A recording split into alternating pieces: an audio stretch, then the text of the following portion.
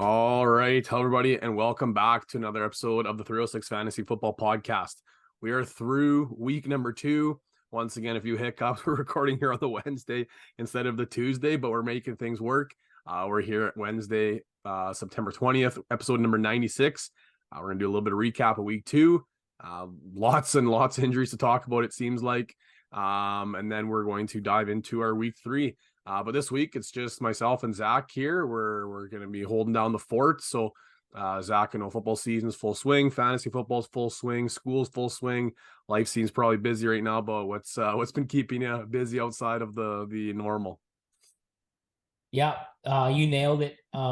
Just like you said, yeah, football's going, fantasy football's going. So my days they're short. It feels like I get home just in time to have supper and basically get ready for the next day and go to bed. So still adjusting to the work routine coming back from the summer, but really been enjoying getting out there with the guys at the football field. Yeah, it's been well, I'm sure you can relate to him, and I know lots of teachers that happen to listen to our podcast. It's a busy time for not only like just our general day-to-day work, it's back to routines, getting everything set up, lots of prep, lots of behind the scenes work. But then we got like the meet the teacher night, then we got the pancake breakfast, we got the barbecues, we got all the extra things that go on top of the plate outside the standard, I show up to work in the morning and then leave after school, the bell rings, all that kind of fun stuff. So busy time for everybody. So that's kind of why we're pivoting. I know, Zach, you had meet the teacher night last night. So did Armand. I had my meet the teacher night. I think it was last Tuesday. So that was where our pivot was. So it's a busy time for us, but we're still trying to make some time here to spit out some content for the podcast and get a chance to talk a little fantasy football. So like I mentioned, it's just two of us today. We got some of the notes from Armand here for our starts of the week, et cetera, stuff like that. So we'll throw those out there when we get to that point. But this week, this was a question that I wanted to bring up on the podcast somewhere, and it kind of worked out. That'd be the 22 fresh quick question of the week. It was that where are we at on panic levels for some of our players? I know there's lots of games where I've watched, and it was funny, we were talking about it, Zach, on the group chat. It was like, hey, how can we not have the Jacksonville Jaguars and Kansas City Chiefs game on cable television, like arguably in the number one game of the week? And it turns out it's just a stinker. But you watch a couple of games, Philadelphia hasn't looked like the normal Philadelphia self. They against the Patriots, that game was, other than the first 4 minutes, it was pretty lackluster from Philadelphia. This last week, the first half stunk. The second half, they kind of exploded a little bit. So maybe Philly's back to what we can expect. You see lots of teams out there right now that just maybe aren't adding up to the hype we had. And then not only just team wise, but lots of players too. There's lots of fantasy players that we were super excited for that, the panic button might be going off. So the question this week is, who is someone that you're currently worried about for their fantasy outlook for the remainder of the season from what we've seen so far? And maybe we'll start with yours, Zach. This is one, even though I know we talked about last week, that might be like a, have a big week and sell. Well, you got a touchdown this past week, so maybe it is a sell. I don't know, but this is one that I think a lot of people can relate to. Yeah, Garrett Wilson was somebody that we would have drafted in the late first or maybe if you were lucky, the early second in most of your redraft leagues. And right now, I would be concerned. I thought the Jets might go out and get a veteran quarterback, but it looks like they're staying pat with Zach Wilson, and that's where my level of concern comes from. Not from Garrett Wilson himself, but who's getting him the ball. And we saw last year with Zach Wilson, it just wasn't great. And surprisingly, or Garrett Wilson rather has done better in the games without Zach Wilson than the games with Zach Wilson. In 8 games without Zach Wilson, Garrett Wilson has 49 catches for 656 yards and 4 touchdowns. That's only in 8 games. In the 11 games that he has played with Zach Wilson, he has 41 receptions, 564 yards, and 2 touchdowns. That's a difference of 8 receptions and well over, or just under, pardon me, my math is poor here, just over 90 yards receiving difference over the span of 3 games. So to me, that is a noticeable difference when the player that is starting right now for the Jets is Zach Wilson. And for whatever reason, they just don't seem to connect. So right now with Zach Wilson at quarterback, I would be concerned for Garrett Wilson. Not that he's going to stink and not produce, but I don't think he's going to produce to the level of expectation that we had when you drafted him in late August or early September, when you anticipated Aaron Rodgers being his quarterback. Like right now, if I told you he finishes as a wide receiver 2 on the season, like that's a win.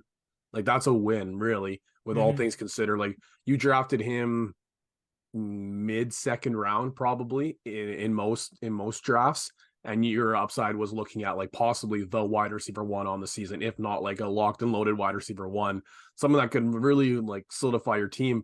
And now, like we're talking about, if he finishes a wide receiver 2, you're happy, which sucks on the draft capital you invested in. But I mean, what can you do? Injuries happen all the time. Like, look what our insiders and headliners we could do an hour-long podcast just talking about the injuries that happened this week. So, like, the one thing I will note on top of this, man, do I feel bad for the Jets fans. Like maybe you don't, Zach, because of divisional rivalry, but like I think about like what you've gone through as a Jets fan the last handful of seasons, and it sucks. I know, I'm a Lions fan. I've been there. It's tough seasons, tough sledding, and then when you get that excitement, the hype, like they were top end Super Bowl favorites when Rodgers came in. The offense is taking a step forward, seemingly, and the defense is spectacular for the Jets. And now it's just you have a recap of what you had last year. Other than you have all the veteran Green Bay wide receivers that followed Rodgers to your team, like, oh man, I feel so bad. I hope somehow they can maybe make playoffs and still make it a salvageable season. But I just thought about what happens now if the Lions beat Kansas City and then they just blow their season up because of all these injuries and they suck again. It's just like the roller coaster that I'm unprepared for, and that's the current world that Jets fans are living in. But Armin mentioned in here he really want to talk about Josh Jacobs. This one was like, if you look at his week 2 stats, he rushed for negative yards.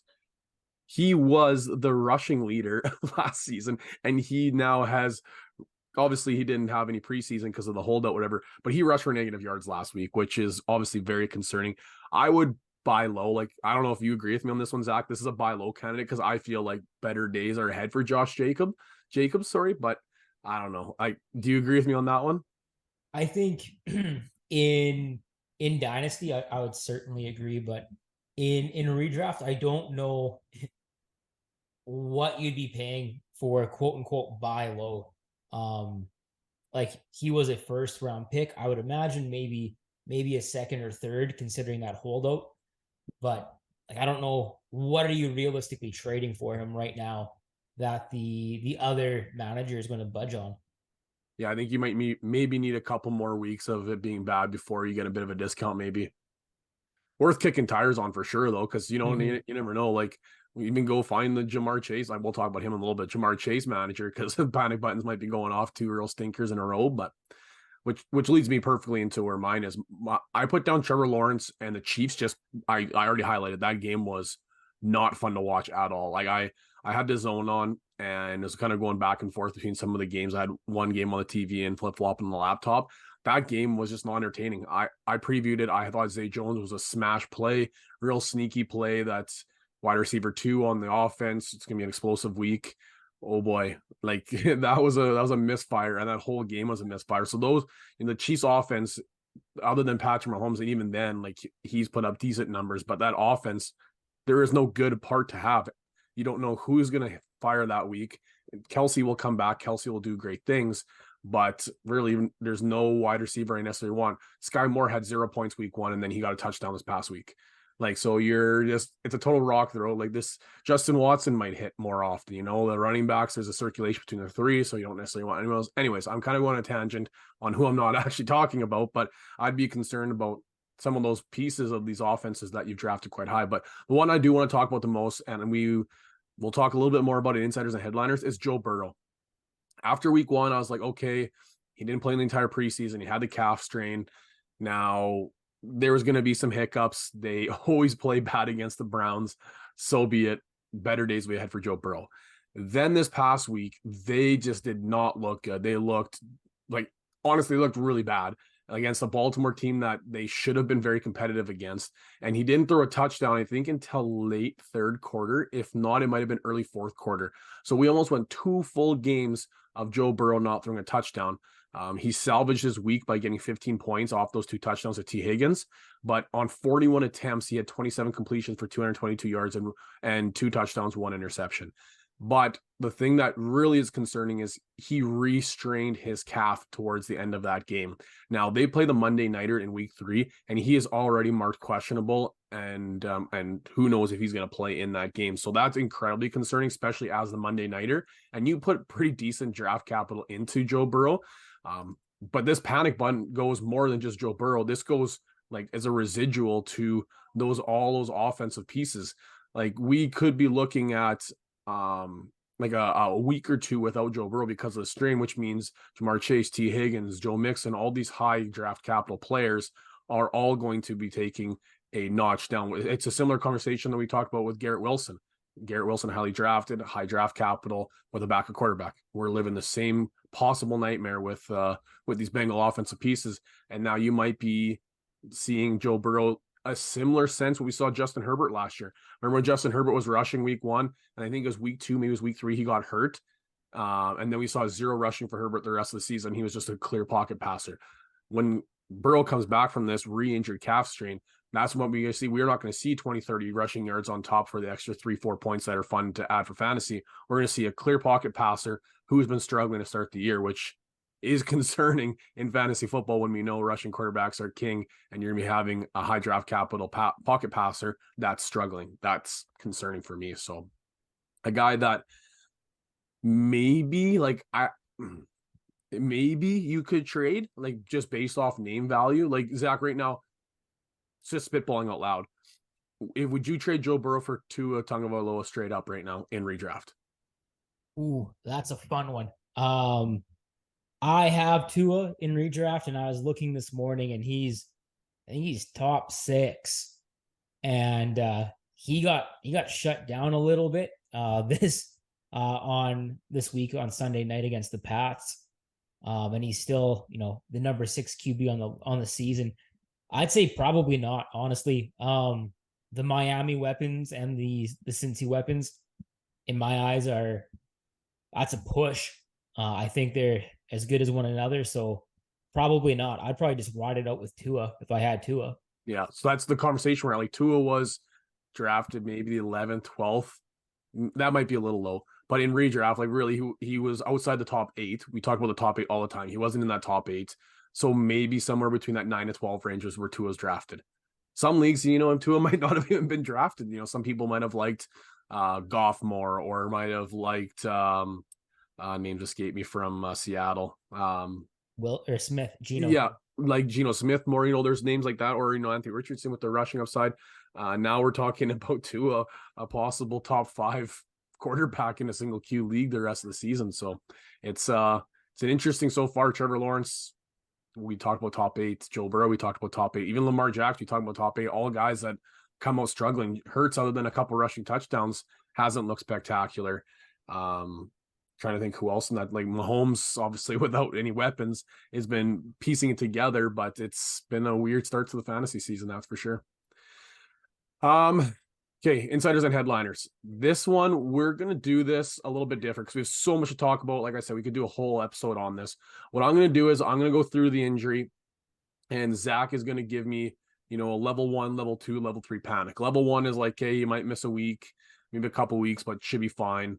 Level 2 panic is like, okay, he's gonna miss a chunk of time, but there's like serious like re-injury problems here, like maybe like gonna be held to snap counts. I'm a little concerned. Level 3 is like sound the alarm, panic button. This is bad news bears. We don't have to go in depth on all of them, but if there's obviously anything you want to add to the conversation, Zach, with your panic level, then let me know. But this one, if Armin was on the pod, I would give him the sad intro song for this one, because if you've listened to the pod, you know that Nick Chubb is one of Armin's, if not Armin's, number 1 favorite player. But like the picture of that knee, was so gruesome. Like his body was completely over top of it. They're talking that just to reconstruct his knee, he's going to need 2 surgeries to get the reconstruction done properly. One for I think it was the meniscus and the kneecap. The other 2 was all the other ligaments, like the ACL, MCL, whatever else that was damaged. So like it's a significant knee injury with a player of that age.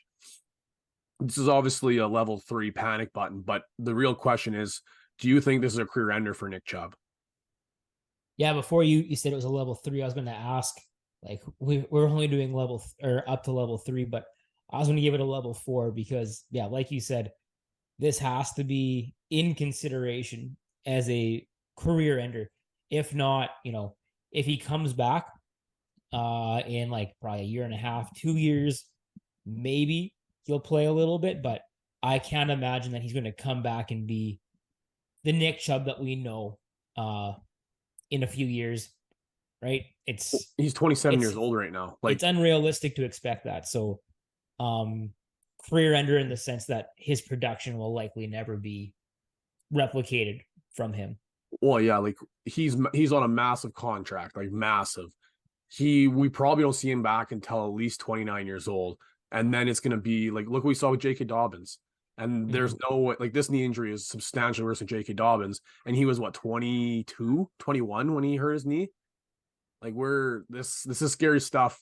And obviously Armin knows the insides and outs of Nick Chubb, and he'd be optimistic and hope for the best. We obviously hope for the best for him too, but being a realist here, that this is a scary situation for not only him but the Cleveland Browns organization as well. But on top of that, we will mention that Kareem Hunt has re-signed a 1-year deal with the Cleveland Browns. Now it's going to be interesting to see what happens with him being in there with Jerome Ford. Jerome Ford actually pretty good in that game, all things considered. I think Deshaun Watson did his best interpretation to throw that game away, but Jerome Ford actually looked pretty good. So that's one thing I'm interested in watching. Next injury, Saquon Barkley got rolled up on Thursday Night Football, got helped carry off. I know the first report said he's going to probably miss 3 to 4 weeks with just a regular sprained ankle, but they're trying to say that for the Thursday Night Football, he's just marked as questionable and unlikely. He's been ruled out now, but apparently they're trying to downgrade the severity of it. But where's your concern level at for this one, Zach? This one has to be, minimum a 2 for me. The Giants offense, pardon me, wasn't lighting the world on fire through 2 weeks. Not like I had expected it to pick up from last year. And now this is another injury to Barkley. It seems, to me at least, every year there's something that happens where it's, a minor injury that maybe he misses a game or so, but it kind of lingers and nags on throughout the year. So this is just another injury in what seems to me to be a long list of injuries. So not something that I'm very happy about for him. And we've seen this song and dance before with him dealing with an ankle injury before. It seems as if the reports are the severity of this ankle injury isn't as bad as the ankle injury he had in the past, but we've played this song and dance with Saquon before. So I totally agree with you on that one. This one, Amon-Ra St. Brown. I'm guessing it's turf toe. It's a toe injury. They took the shoe out, put a plate in to help with the toe with cutting. But possible turf toe injury is definitely marked as a toe injury. He didn't practice this Wednesday. Amon-Ra St. Brown, wide receiver 1 for the Detroit Lions. Where are we at with that one? You would know better than me, but I believe that he finished the game on Sunday with that plate in his shoe. Is that correct? Yeah, he came back out. He got a little like one of those like tap passes, where it's like almost like a jet under. It was almost like the play development was almost like the Philly special. At least it was set up similarly. He picked up was on 4th down. He picked up 3 yards for the 4th down, but then never got another reception the rest of the game. Josh Reynolds was superior. Like he obviously soaked up a lot of targets towards the end of the game, but he never got another reception the rest of the game. So did finish the game, whether or not that was just like a, Seattle ISO'd him or bracketed him, sorry. And he was kind of almost like game played out in a sense, or whether it was because he did slow down and couldn't cut as much.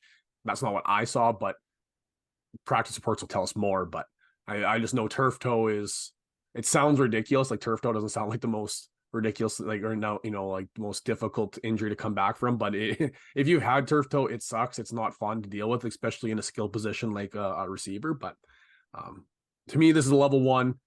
But if he misses this week, it could progress into a 2, just because if a receiver's missing time for turf toe, it's obviously not a mild case where that will linger on for a long duration of time.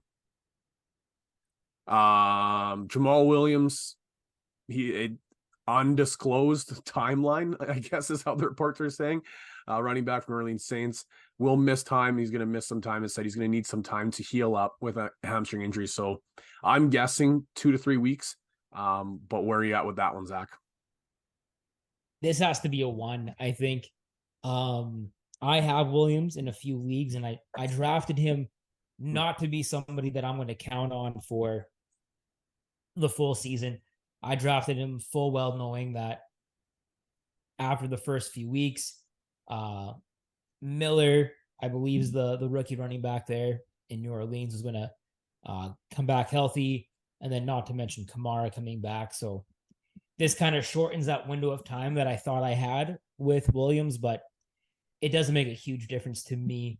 And if you were counting on Williams being a bell cow, then I think we have bigger fish to fry here. You got bigger problems. Yeah. That was well said, Zach. Austin Eckler, still no timeline to return from ankle injury. Where are we on that one? A little bigger name for fantasy folks, obviously, probably a top 5 draft pick. Absolutely. This one has to be like 2.5. Like he was probably like top 3 picks in the draft, certainly top 2 running backs. So for him to miss any amount of time, that's really setting that team that has him back, and it's not what you want to see. Joe Burrow, I talked about this at the top. Are you with me on that one with the panic levels, or are you maybe a little less than myself?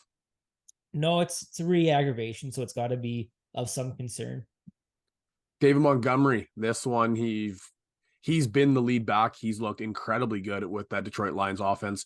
Hurt the quad. It did look concerning. Like it looked like it might be like a knee injury, but it is graded as a quad injury, but going to miss a couple weeks. They have signed Bam Knight, if you remember Zonovan Knight from the New York Jets last year. He had a couple fun weeks. They signed him off the practice squad to fill that void. I know they have Craig Reynolds in there as well too, and obviously Jahmyr Gibbs. But where are we at on that one? This one, I think, is going to be a 3, not because I think he's going to be gone for a extended period of time, but you have to imagine that by the time he comes back in, week 6, week 7, whatever it may be, the Lions coaching staff will have seen the light, and they'll be feeding Gibbs through a week and a half, through 2 weeks. Gibbs has not been the player that I expected him to be. He's getting a lot of the similar type of production and usage that he got at Alabama, where he wasn't the bell cow. But I expected Detroit, investing that early first round draft capital to maybe feature him a little bit more than they have been. So I'm expecting that by the time Montgomery is healthy enough to return, Gibbs will be that featured back. Yeah, it's a real good point. The amount of offers I've got for Jahmyr Gibbs, people trying to pick him up cheap right now with the tough first couple weeks, and obviously him gonna probably get a little bit more touches in the next couple weeks. It's almost like people forget I'm a Lions fan, and I know it's gonna happen here, but like but throwing that out there, it's not a bad play. Is trying to get him on the cheaper side because he's gonna get more touches here in the next couple weeks. Brandon Ayuk, this one, he had a shoulder injury. He came off a huge week 1. He hurt a shoulder, came back out, had 2 snaps, hurt a shoulder again. Now, where are you at on that one? Probably like a 1, maybe. If he's a game time decision, and if they're listing it accurately, then it's probably not, overly concerning to me. So probably just a 1. Especially because he's a Thursday nighter too. Last one. This one isn't an injury, but this is a fun one. Cam Akers, before we even recorded, I had it down. Cam Akers on the trade market, healthy scratch. This is twice now. I put my sit of the week and they get healthy scratch last minute. So it's like, for some reason, I'm just like banging on these guys that but yeah, I put out there that he's probably going to get cut or traded, and it came to fruition pretty quick. Cam Akers traded, and he's with Minnesota now. Is this worthwhile trying to chase the draft capital? Like in our one league that we're in, I shouldn't say this out loud, I got a waiver claim for him. He got dropped. Like somebody dropped him completely. Now, obviously, we're at the waiver claim, but like, is it worth trying to buy low Cam Akers and he's going to eat into Madison, or because Madison's underproduced for the hype that everybody had from this offseason too? So curious on what you think on that one. Obviously, we're talking Armand. He's a big Cam Akers fan. He's saying spend the farm, but I'm curious on your thoughts here. Well, first of all, in that redraft league that you mentioned, there's going to be at least 2 waiver wires for Cam Akers. Okay, tell me what your number is, and I won't increase mine. $1. Oh, okay, well, good. My $2 is good. Oh, okay, perfect. Keep it there. Yeah. I think, yeah, like it's if somebody had dropped him, I think that's as long as you have like a deep bench that you're not significantly kneecapping your roster, it's worth a shot, I think. But I saw a tweet before we logged on that probably nails it. Like Akers and Madison are about to have the greatest mid-off of all time. 2 running backs that haven't overly lived up to the hype this year, certainly. Have shown flashes in the past, but when given extended opportunities, haven't produced. So Akers, Madison, it could go week to week. It could it has the makings of something that I think will be quite frustrating for the managers that have either one on their team. Especially from a team that wants to be a pass first offense too. Like, so it's not even like they're going to be the number 1 options, or probably unlikely to be the number 2 options in that offense, to be quite frank. So okay, moving along here. Like I said, there's a lot of injuries to talk about here, but we'll try and get the ball moving here. Studs and duds of the week. I'll start with Armand Stud first. This was out of left field. It's actually kind of funny. In our group chat, we were talking about, starts and sits, and Armand's trying to figure out his last minute Thursday nighters. Do I start Swift because of Gainwell being out?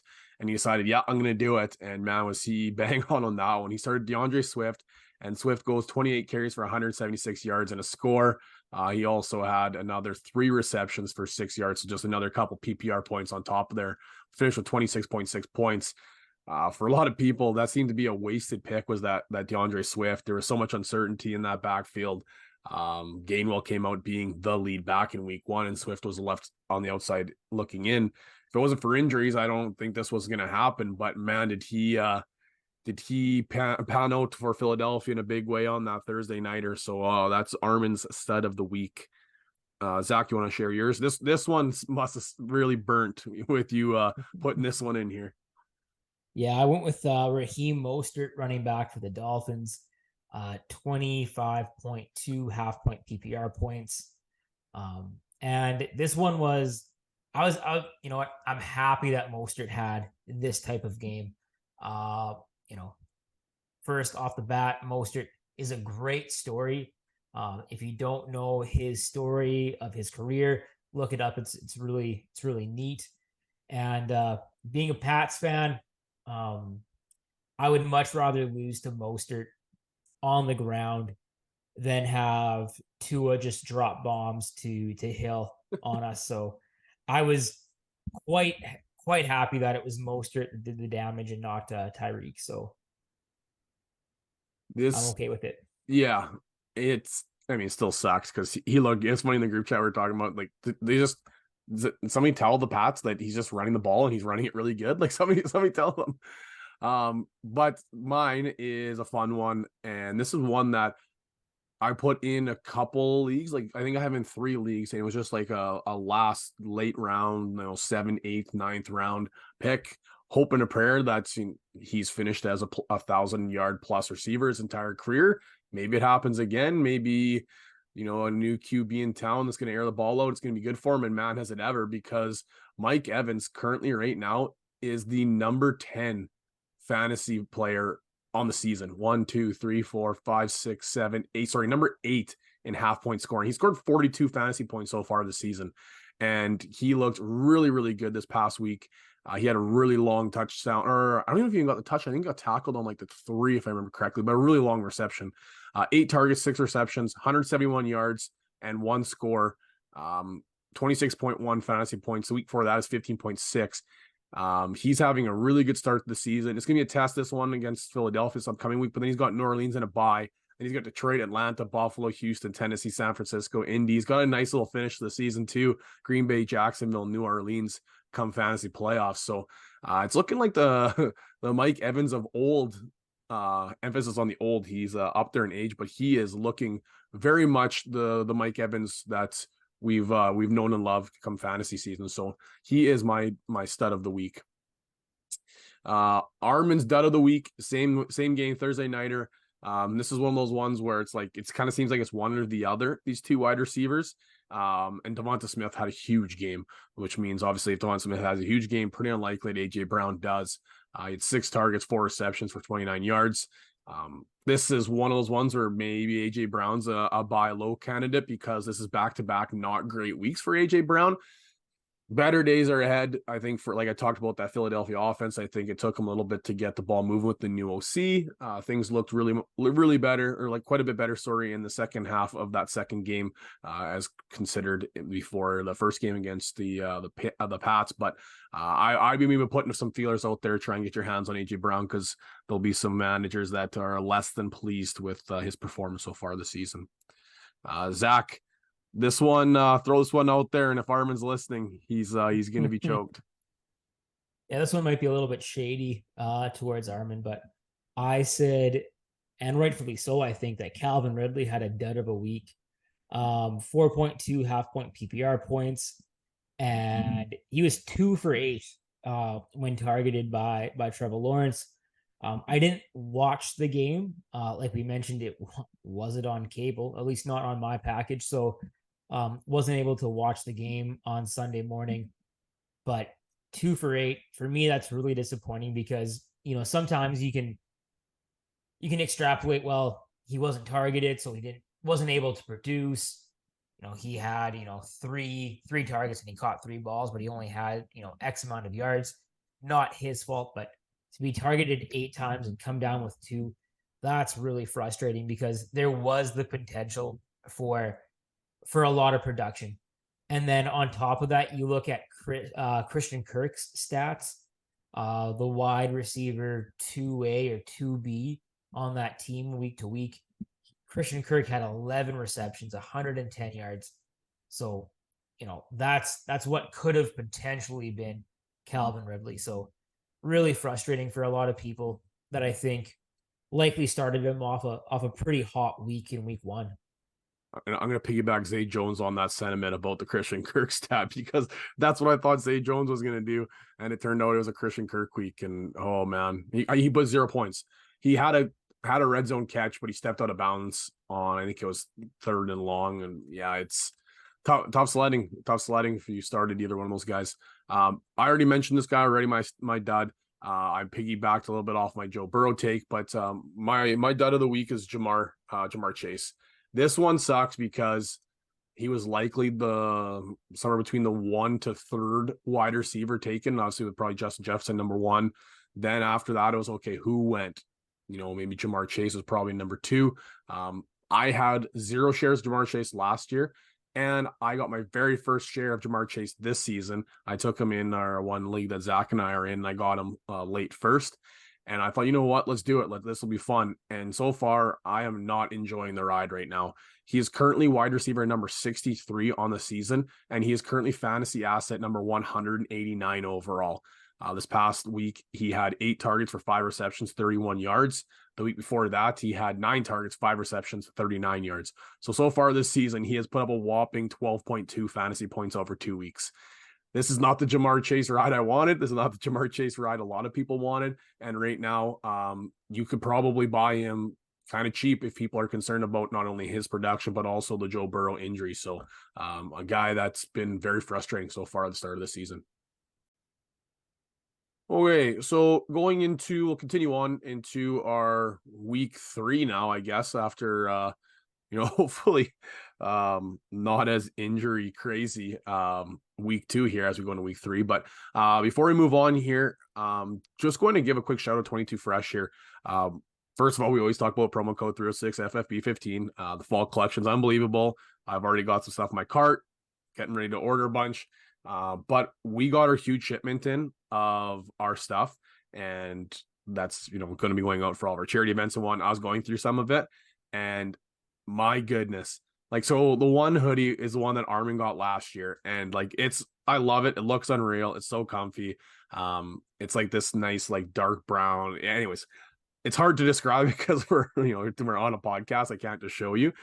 We got hats, we got the hoodies, we got sweatpants, we got some collared, like they're the collared rugby shirts. They look really nice too.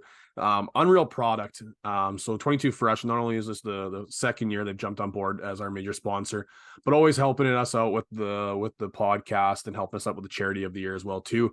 But also helping you out at home as well with the promo code too. So I've had lots of people ask me, hey, like, is the promo code good? Like, is it up and running? It's good to go. Absolutely. Jump on there if you want to go on 22fresh.com. We can't talk about how good the product is. I wear my hat all the time. It's one of my favorite hats. And you can get the same hat if you want. You can get a different hat. You can get all the products for 15% off. So thank you very much, 22 Fresh, jumping on board.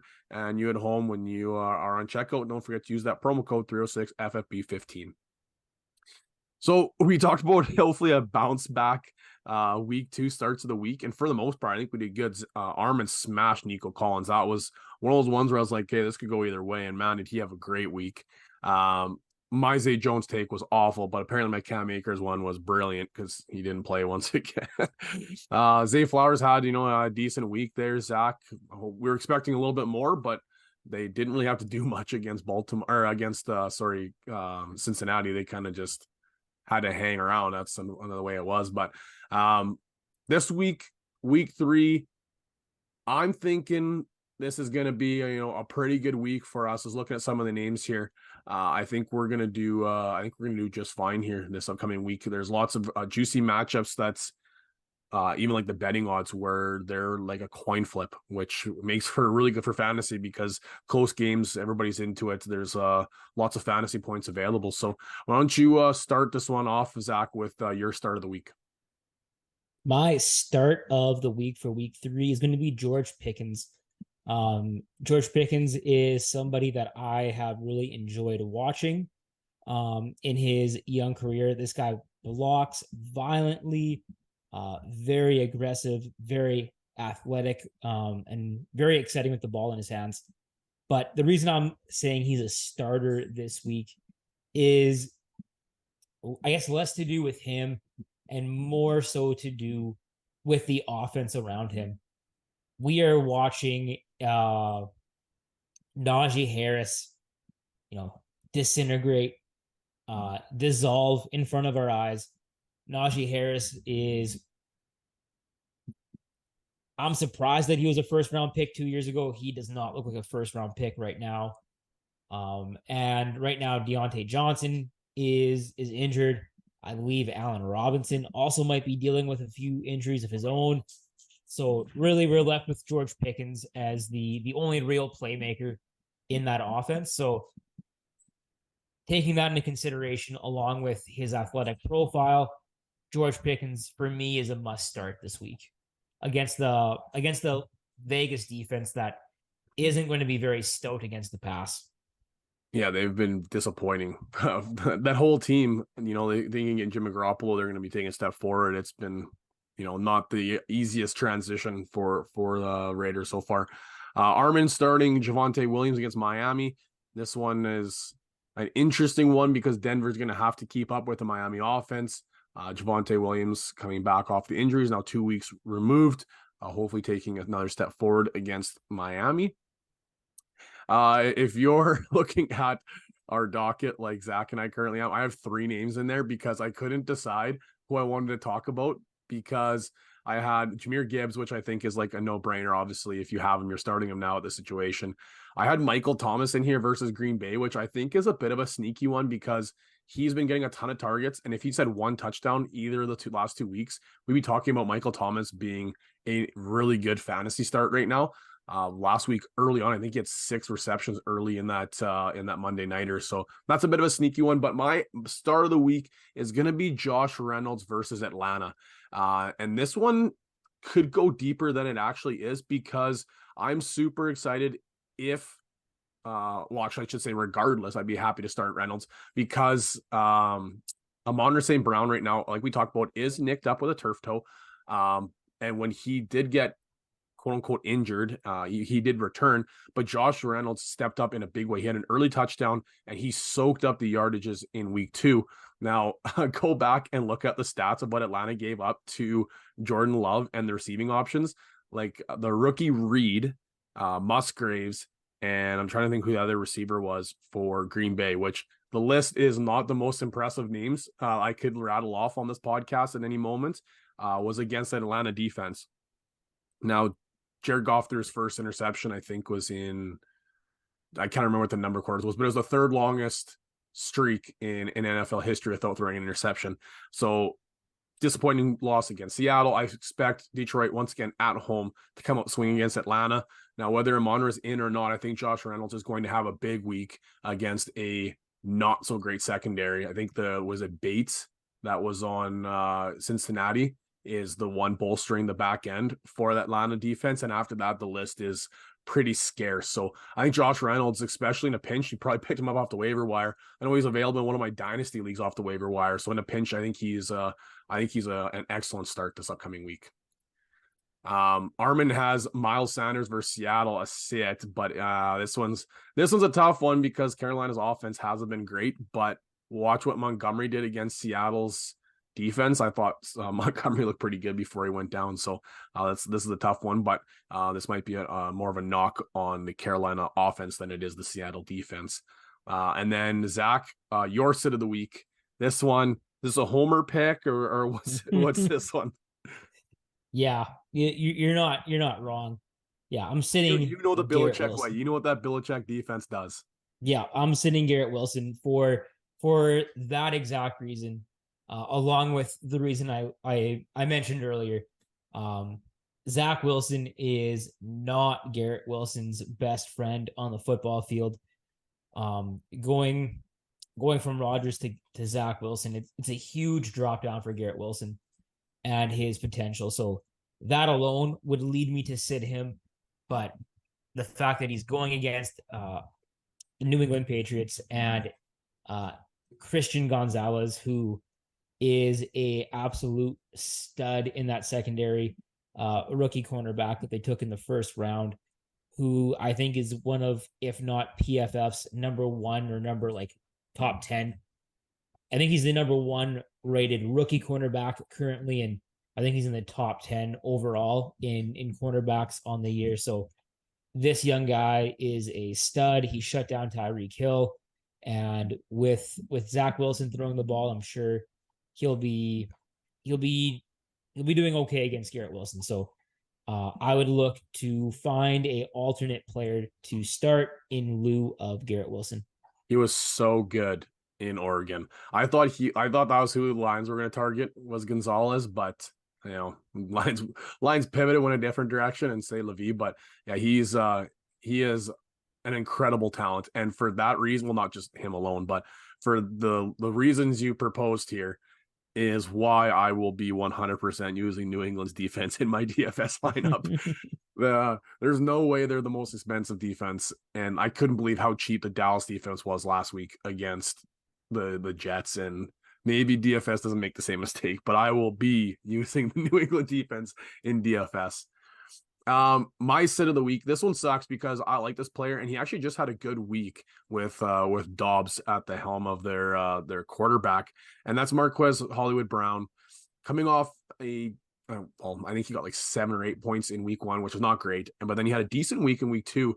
But going against Dallas, quarterback that is, they traded for him and started him on a team that's tanking, against the Dallas defense that just intercepted the said New York Jets offense that Zach was talking about 3 times late. This defense is rolling. This defense is awesome. I actually think, if I'm not mistaken, I believe they are the number 1 fantasy player. I say player, but the number 1 Oh no, that would be, hold on.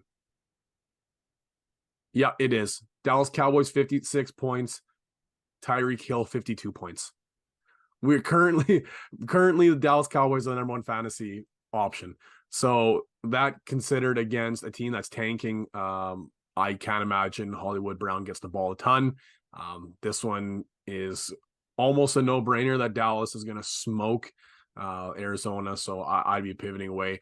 Not that he is necessarily a locked in starter per se for your team, but he did have a really good week 2, or I should say a good week 2. So a lot of people thinking, okay, can I put him back in my lineup? This ain't the week to do it, unfortunately. So I'd be pivoting away from Hollywood Brown. Anything you want to add here, Zach, before we wrap this one up? I know we're keep recording back-to-back weeks on Wednesday, and you're getting information a little bit late at home, and you're listening right before the Thursday nighter, most likely. So we'll try and get back to the Tuesdays here. And a little bit more, get it back early Wednesday morning and whatnot. But anything for you to add, Zach, before we sign off on this week 3 edition of the pod? Nope. Just good luck this week, everybody, and hopefully between you and I bid a little bit more on Cam Akers. Hey, okay, throwing this out there, the Dynasty talk of the day. I was for sure thought I was going to lose in Dynasty there. What it was that I had 18-point lead with 3 players left against me Monday night. 2-0, baby. Let's go. Throw that one, suck on that, Drew. Anyways, we'll wrap up on that one. I was bitter I didn't get undefeated last year. I thought my dreams are going to die quick, but that'll wrap it up on episode number 96 of the podcast. We're rapidly approaching episode number 100, which is going to be a lot of fun when we get there. So episode 96, on behalf of Zach, myself, and Armin, who could not be on the pod today, thank you very much for listening. Take care, everybody, and let's talk soon.